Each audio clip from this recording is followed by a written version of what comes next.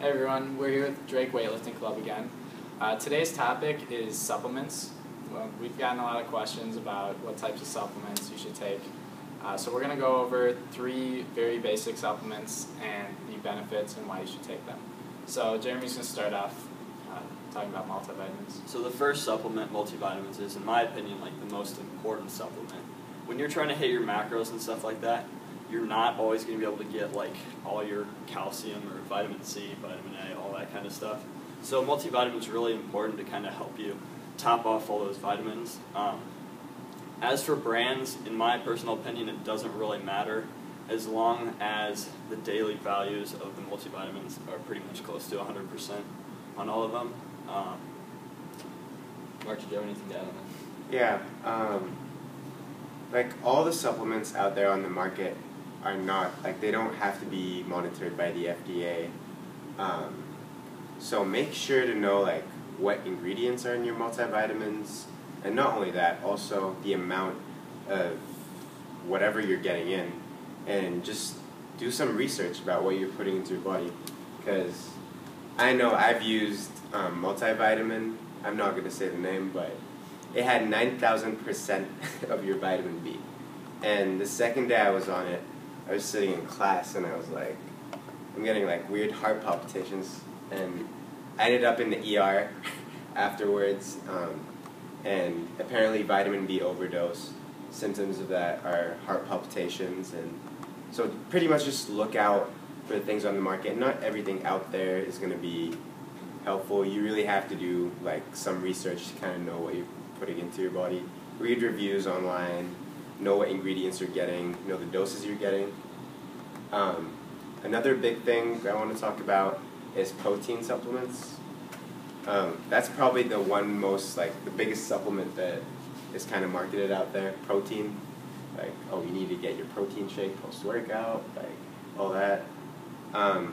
Really, the main reason that people need or they think they need a protein shake post-workout is for quicker absorption, and all that, the post-workout window. Once again, if you go home after your workout and ending up eating 30 grams of protein and chicken versus your whey protein or your hydrolyzed whey,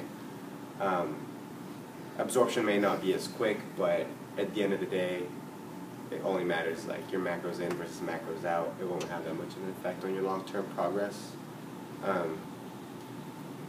Artificial versus natural protein, once again, doesn't really matter.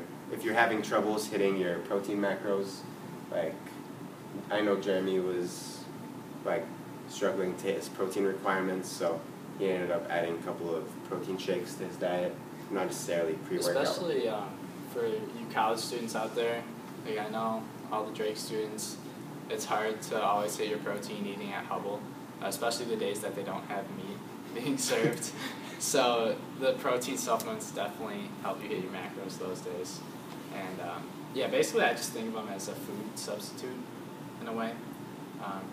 A lot of people, like you were saying, like they think you should take it post-workout and they'll they think of them like a steroid or something, where they'll just, if you take it post-workout, it'll increase your muscle gains. But really, like you're saying, if you have chicken, it's not very different at all. So right now, I kind of cut out my protein supplements. Like, I don't take any protein shakes pre or post workout or anything, just because I'd rather have a food source, like sit down and eat an actual meal instead, you know. It'll fill you up more. Yeah. Okay, so I'm going to talk about creatine. I know creatine is a very popular supplement. It's the most studied supplement.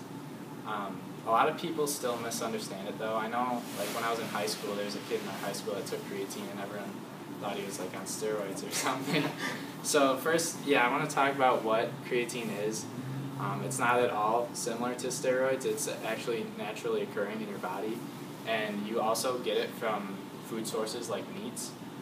The reason people supplement it is because you usually don't get enough creatine from your food sources to maximize the benefit from it.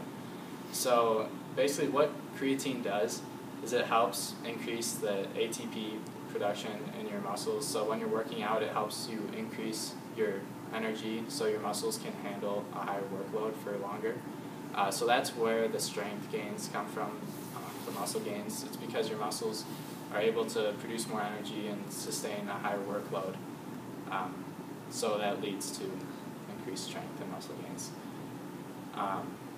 Basically, what types of people should use it?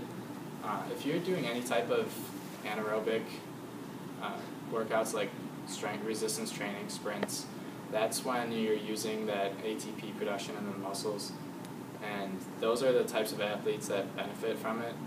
Basically everyone except endurance athletes. Endurance athletes don't really see a benefit from creatine.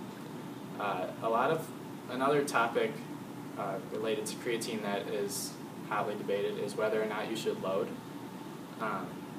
I personally loaded when I first took creatine, but I know a lot of people say that it doesn't matter. It's just that when you load, you basically take like 20 grams of creatine a day for a week to increase the concentration in your muscles faster. And then after that week, you take 5 grams a day to maintain that level. And basically, if you're getting bloated, or that's really the main side effect from creatine, if you feel a lot of bloating while you're loading, then you don't have to load. You can get the same effect. It's just if you load, you get that level of creatine, that higher concentration, you get it a lot faster. So it's not necessary, but a lot of people still recommend it. Do you guys have anything to add on loading? Well, for me, I usually don't load it just because when I use it, I just keep it consistent for like several weeks. Your body reaches that level where it's a steady state, and you don't really need to load it if you're going to be using it for a prolonged amount of time.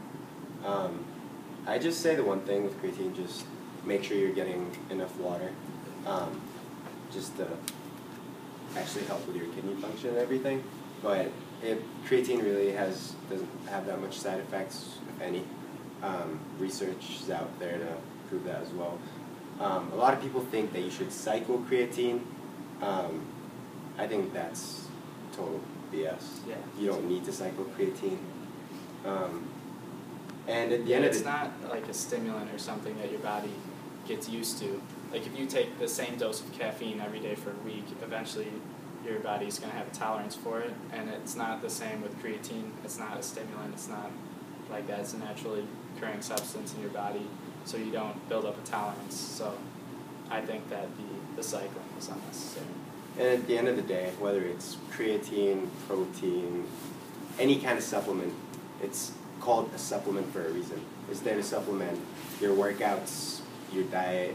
If your workouts aren't on point, if your diet's not on point, there's no magic pill or magic protein powder that'll make you like Hercules or whatever, you know? Yeah, definitely. One other question I wanted to cover regarding creatine was whether or not you should take it when you're cutting. And I think people ask that because, I don't know, they think that it'll make you gain weight instead of lose weight. But you should still take it when you're cutting because it'll help you retain the muscle. It's not going to affect your fat loss. It's just going to help you maintain that muscle, which is something that you definitely want, I'm assuming. It'll also give you a fuller look just because it'll attract the water molecules into your muscles as well, which is something that you do want. A lot of people just think of, creatine, bloating, water retention. If you're using creatine monohydrate, that's not an issue at all. Most of the water gets absorbed into your muscles, which is what you actually want. And I know a lot of competitors try to cut out creatine before contest.